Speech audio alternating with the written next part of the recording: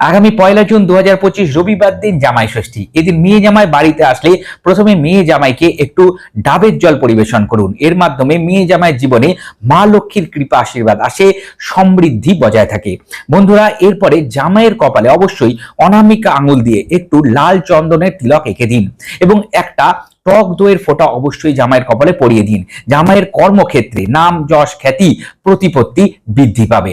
বন্ধুরা, জামাইকে অবশ্যই খাওয়ার শুরুতে একটু ঘি পরিবেশন করুন এবং খাওয়ার শেষে একটু টক দই পরিবেশন করুন। এর মাধ্যমে জামাইয়ের আয় উন্নতি বৃদ্ধি পাবে, আয়ু সংক্রান্ত স্থান ভালো থাকবে, শরীর স্বাস্থ্য ভালো থাকবে। বন্ধুরা, জামাই ষষ্ঠী সংক্রান্ত বিশেষ পর্ব আচার্য ঋত্বিক চক্রবর্তীর ইউটিউব চ্যানেলে আপলোড করা আছে। এই ভিডিওর কমেন্ট সেকশনে প্রথম কমেন্টে সেই ভিডিওর লিংক দেওয়া থাকবে।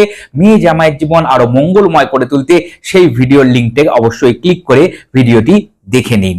সকলের জীবন মঙ্গলময় হোক, শুভ হোক, সকলের শরীর স্বাস্থ্য ভালো থাকুক, এই শুভ কামনা নিয়ে আজকের মতো বিদায় নিচ্ছি। নমস্কার।